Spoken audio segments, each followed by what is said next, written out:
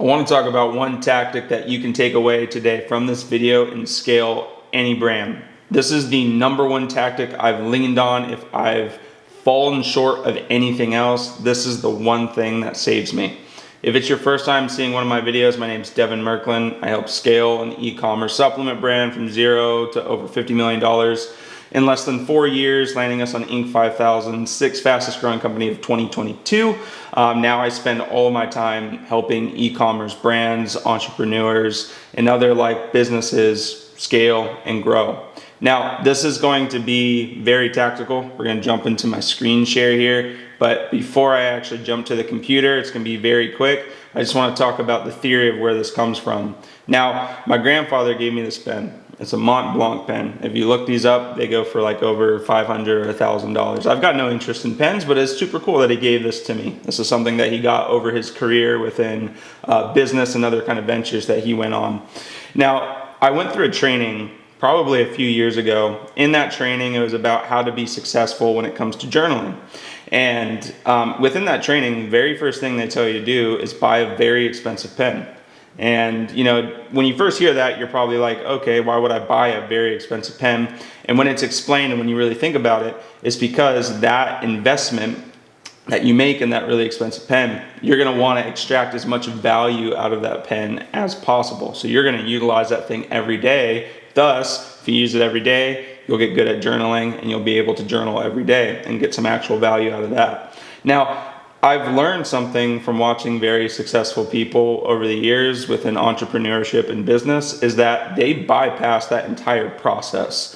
So if they find somebody that has done what they want to do or has invested what they wanted to invest, they take that person's, you probably heard this from other sources, they take that person's 10,000 hours and then apply it to them. Rather than them taking the time or taking the resources or taking the money and investing it, they just take that investment that the other person has already made and just skip to point B or point Z, however you want to look at it. So that's exactly what I want to talk about here. So on my computer, what we're looking at is Meta Ads Library. Now, I live and breathe by this thing. If you haven't used Meta Ads Library at all in e-commerce or any kind of business that you're in, I strongly suggest checking it out, because what Meta essentially has to do is show you all of the ads that other brands are running or what your brand is running. So what I mean by the number one tactic is I want to get past somebody else's 10,000 hours. I don't want to put in that time figuring out, running over hurdles, hitting speed bumps, falling, failing, and bouncing back. Why don't I just learn from somebody that is in my niche or even a niche adjacent of what they're doing really well, and then take that and apply it to my brand? Now, I'm not talking about copying them completely. I'm talking about looking at their process and what are they doing, identifying what's working and applying it to your brand so that you don't have to go through the failures along the way. So one thing I want to point out when doing this, I'm going to pick just one I've searched in the past here. So Seed. Seed is I think it's a gut health supplement brand. I think they're primarily around probiotics. One thing I want to point out here is you don't necessarily want to go after the ads that were just started running, this is yesterday by the time I'm recording this. You want to start scrolling down a little bit and looking for the ads that have been up for quite some time. Like you can see this one's April 21st. Let's keep going here. You can see this is April 9th. I'm just going to do a huge scroll and just come down the bottom here. All right, so I've got October 18th, October 18th. That's 2024. So I actually just want to click on this and see what they're running. So it looks like an advertorial. Cool. Put that one in the back of my mind, save that one for later. Let's click on this one. Same advertorial. Okay, so they got two ads or two creatives going to this advertorial. Now, they're not going to show you everything in the details of stuff, so they could have links switching in the background, but just take this with a grain of salt. Now I'll kind of show you what I'm after here. So I've got two advertorials going. Okay, I've got this quiz. I'm going to click on this one. I've got that quiz. I'm going to scroll up a little bit just to expedite this time of clicking through stuff. There's that same quiz. All right, I'm going to keep going here. Let's see what they're running here. All right, here's that quiz. Notice what I'm not doing. I'm not looking at their ad creative and dissecting whoa, what was the hook or what was this? Actually, the things that are standing out to me are things that are similar. It's like, hey, they always got a person in the frame. The copy is relatively the same for a lot of these ads. There's that quiz again. Okay, I'm getting some good insight that, hey, Seed, they are running this quiz offer, and it seems to be performing well because a lot of their ad creative, copy, whatever, ad dollars are going towards this quiz. The next thing I would do is say, okay, cool, I've identified that this company is a lot bigger than mine. They're in a niche adjacent. They're spending a lot of money on this offer. Let me dissect this a little bit. So let me clear the rest of my tabs and just go through this and just analyze, why is this working, right? So if I go back here, I think, let's just use this one for example. They're pretty much selling their product, okay? So very simple, like direct response ad. Okay, not too much to gather there. There's obviously stuff I can gather out of the copy or the creative, but let me jump into the offer. Why does this hook me? Well, it could be a few things, right? I've got 25% off, so discount always works. Free gift, okay, I'm getting a free gift. And now, a very provocative question. How often do you poop? That's very interesting. That's gonna catch my attention. So I'm gonna start the quiz. And they just justify here. It says a lot about your gut health. So if you saw this question, you're like, whoa, I don't feel comfortable telling you all that information, they justify it right here. Okay, well, I want to know a little bit about my gut health. And so I just start clicking through the quiz and understanding what they're asking me. Okay, they're asking me a couple questions here. Okay, now they're giving me information on their product. So it's kind of like they're asking me questions, getting my buy-in, and then they're indoctrinating me with their product based on the questions that I answer. So skin health, okay, I see gut immune, there's skin health right there. That's the answer that I click. Let's open this. Okay, they're giving me some information on why their product is beneficial for skin health. Okay, so now they're talking about the importance of their probiotic. So I'm just gonna skip through this. I see the theme here. I'm clicking questions and then they're indoctrinating me with information about their product. So I'm going through, so I'm starting to understand why this works. Okay, then I land here. Now I've got unlocked 25% and a gift with your email. Cool. So I originally clicked on this ad because I was interested in the product. I want the product. And what they just did through this entire process was indoctrinate me by getting my buy-in for asking questions or answering questions, and then showing me relative information about why their product is so good.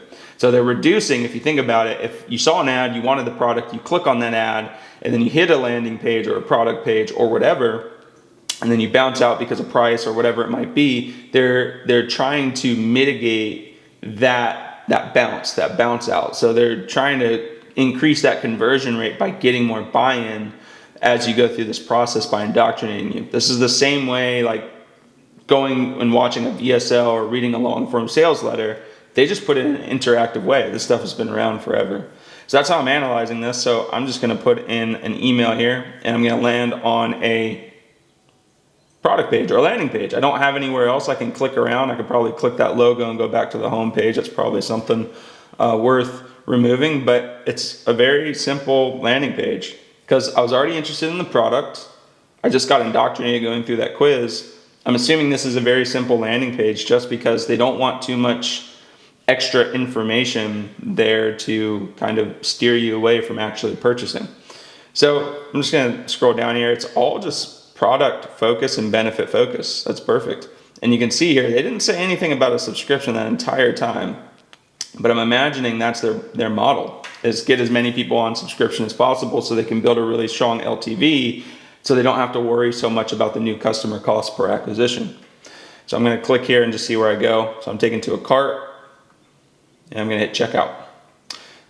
And there's that discount code that they promised. There's my free gift that they promised.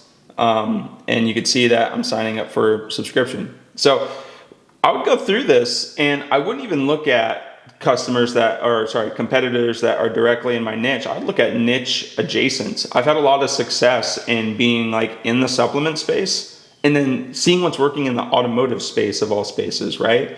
And things can work like that. But the one thing that I want you to take away from this is when you're doing this analysis and when you're going through this, and if you're not on Meta, check out Google. I think it's transparency, Google ad transparency. You can do the same exact thing. But when you're going through this, understand like where are they putting a lot of their money? not the creative. Don't get hung up on the creative. Look at the offer. A really good offer can bully really bad creative all day, and the offer will make up for it. So don't get too hung up on the creative. Just understand the process that they're doing and then replicate that process. Straight up rip it. Take everything that they did, apply it to your brand. Don't steal their proprietary words or science or whatever. Just take the concepts, move them over, and just do the exact same thing to the best of your abilities. Now, you don't need to go through this page and totally copy everything, like from the colors and the questions and all that kind of stuff. It's more about the process and the tactic that they're using, the provocative question, the information in between each question to indoctrinate you.